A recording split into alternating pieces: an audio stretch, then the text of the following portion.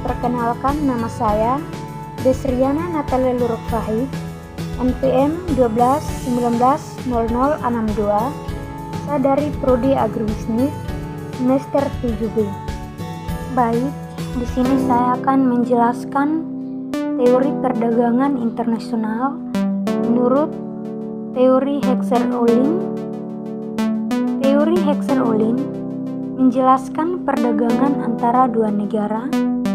Teori ini mengemukakan bahwa suatu negara akan mengekspor komoditi yang produksinya memerlukan lebih banyak faktor produksi yang relatif melimpah dan murah, dan dalam waktu bersamaan akan mengimpor komoditi yang produksinya memerlukan lebih banyak faktor produksi yang relatif langka dan mahal di negara tersebut.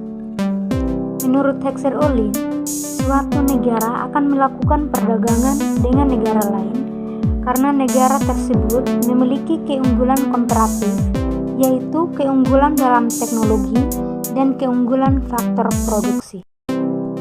Di sini saya akan menjelaskan juga asumsi-asumsi dasar model teori Hexer-Ohlin.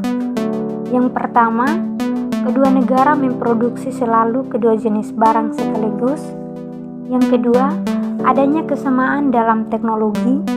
Yang ketiga, hubungan perdagangan berdasarkan benar-benar menyamakan harga-harga barang di kedua negara. Nah, berdasarkan asumsi ini, seandainya faktor produksi di kedua negara sama, maka produsen baik dari negara A maupun negara B akan menggunakan tenaga kerja atau modal dalam komposisi yang sama.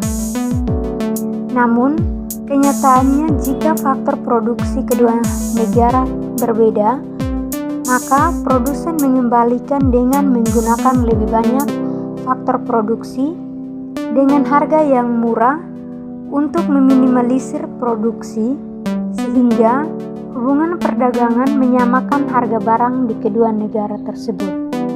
Selanjutnya saya akan menjelaskan tentang hipotesis dari teori Hexer-Ohlin.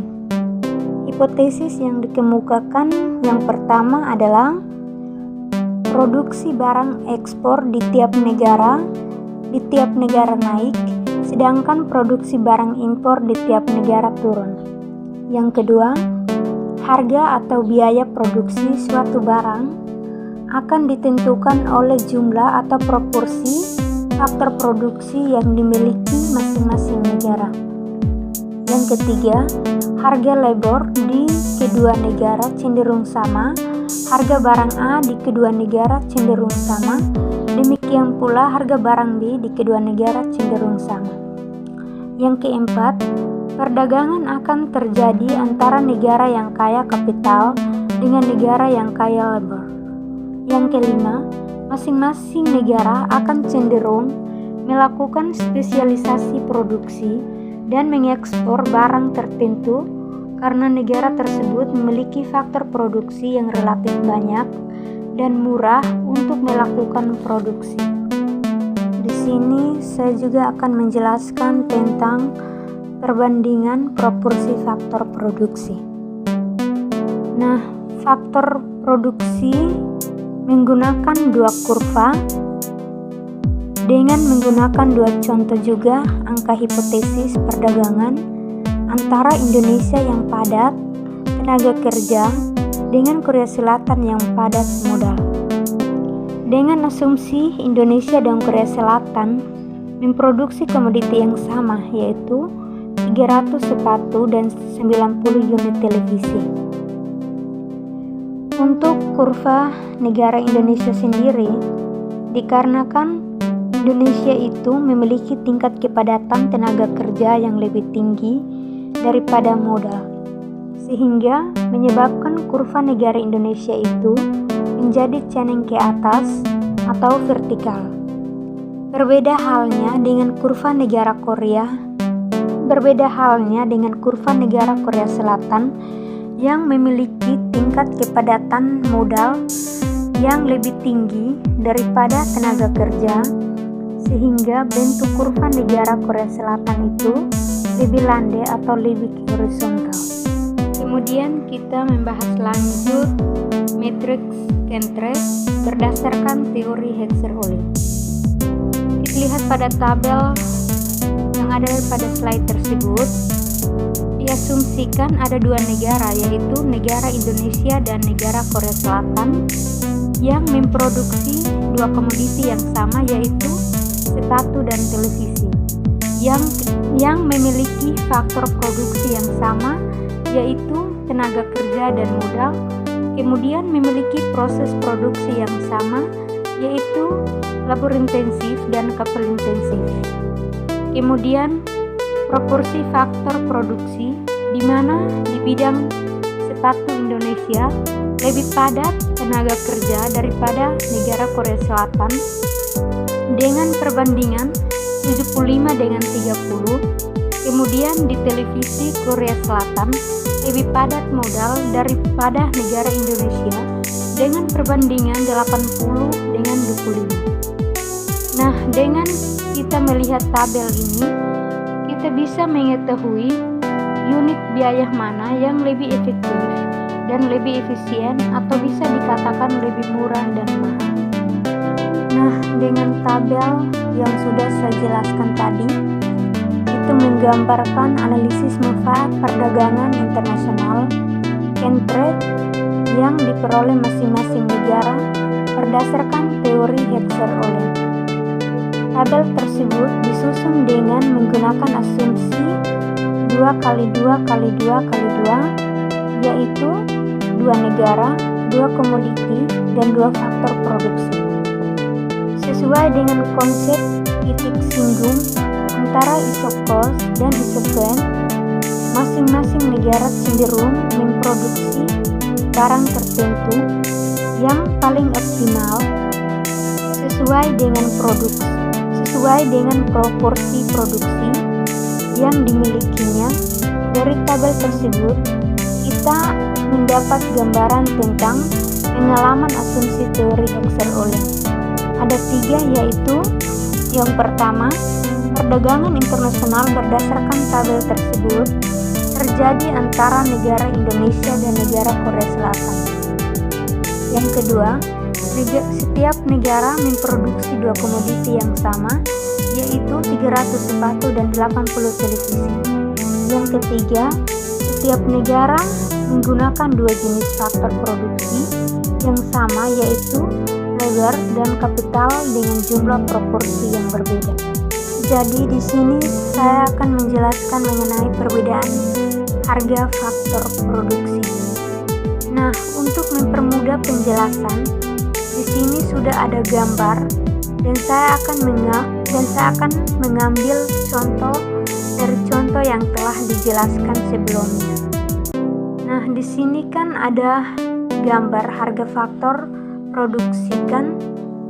Nah, gambar itu menjelaskan bahwa untuk isokon 300 sepatu dengan proses produksi labor intensif di Indonesia menyinggung isokos sebesar $800, yang dimana itu terjadi pada titik A, sehingga proses produksi 300 unit sepatu yang labor intensif akan lebih murah karena jumlah faktor produksi yang dimiliki oleh negara Indonesia relatif lebih melimpah dan harganya murah, sehingga unit biaya hanya sebesar $2,66.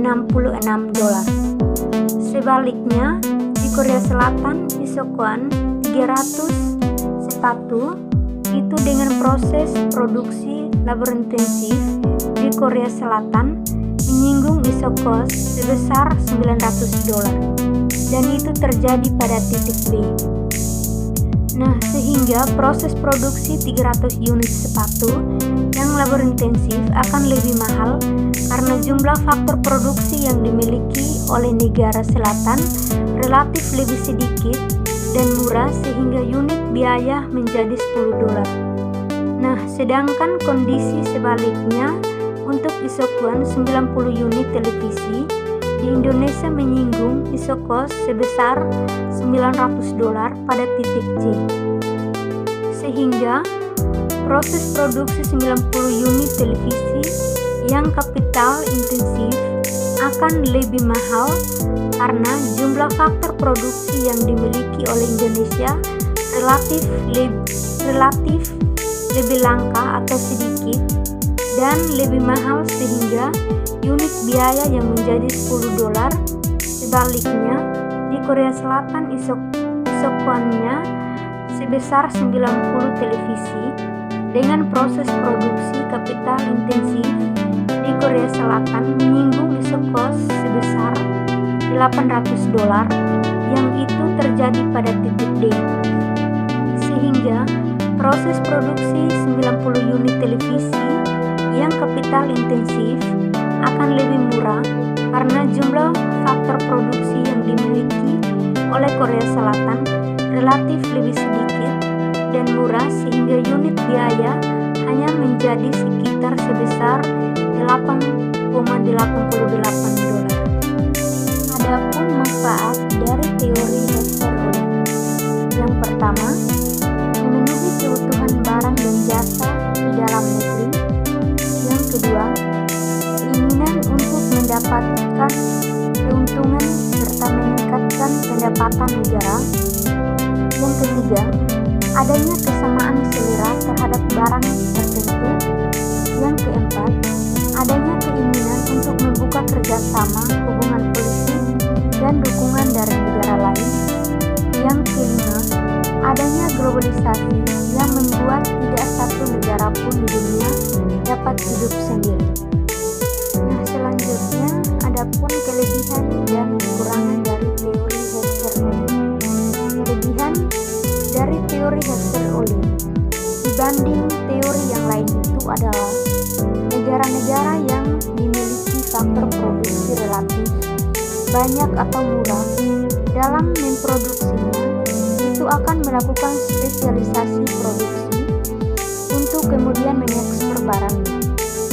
Sebaliknya, masing-masing negara akan mengimpor faktor produksi yang relatif langka atau mahal dalam memproduksinya.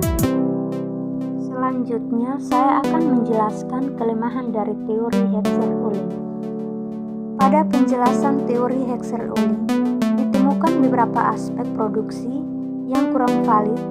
Yang pertama yaitu asumsi bahwa kedua negara menggunakan teknologi yang sama dalam memproduksi adalah tidak valid. Fakta yang ada di lapangan negara sering menggunakan teknologi yang berbeda. Melihat asumsi itu sendiri kiranya kurang logis karena tidak sesuai dengan kenyataan yang ada. Tingkat teknologi yang dimiliki dan digunakan oleh masing-masing negara jelas bervariasi. Yang kedua, asumsi persaingan sempurna dalam semua pasar produk dan faktor produksi lebih menjadi masalah. Hal ini karena sebagian besar perdagangan adalah produk negara industri yang bertumpu pada diferensiasi produk dan skala ekonomi yang belum bisa dijelaskan dengan model faktor endonem atau Heckscher-Ohlin. Yang ketiga, asumsi tidak ada mobilitas faktor internasional. Adanya mobilitas faktor secara internasional maupun mensubstitusikan perdagangan internasional yang menghasilkan kesamaan relatif harga produksi dan faktor antar negara.